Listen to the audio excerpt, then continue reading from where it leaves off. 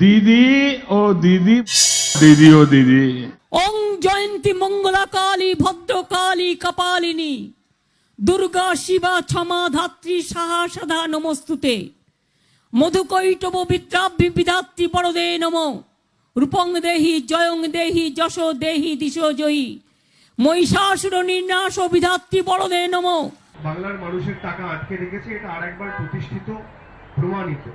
এটা স্পষ্ট যে বাংলার মানুষকে এরা ভাতে মারতে চাইছে, কিন্তু এত চেষ্টা করেছে তাও এই আন্দোলনকে আটকাতে পারেনি।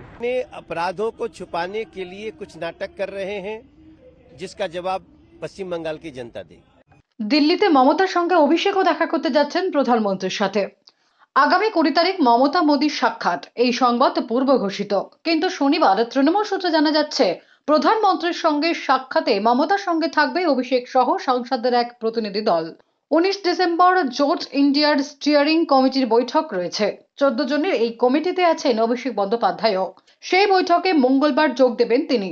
এরপর 20 ডিসেম্বর সকাল 11টায় নরেন্দ্র মোদীর সঙ্গে সাক্ষাৎ করবেন মমতা বন্দ্যোপাধ্যায়।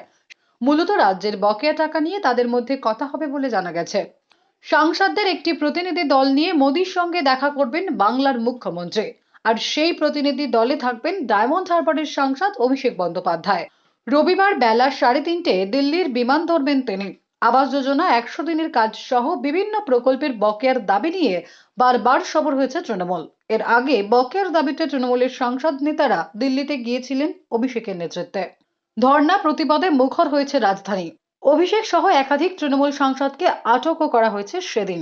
এবার বকেয়ার দাবিতে প্রধানমন্ত্রীর সঙ্গে সাক্ষাৎ করতে চলেছেন মমতা বন্দ্যোপাধ্যায়। এখন দেখার ওই আলোচনা থেকে কি বেরিয়ে আসে।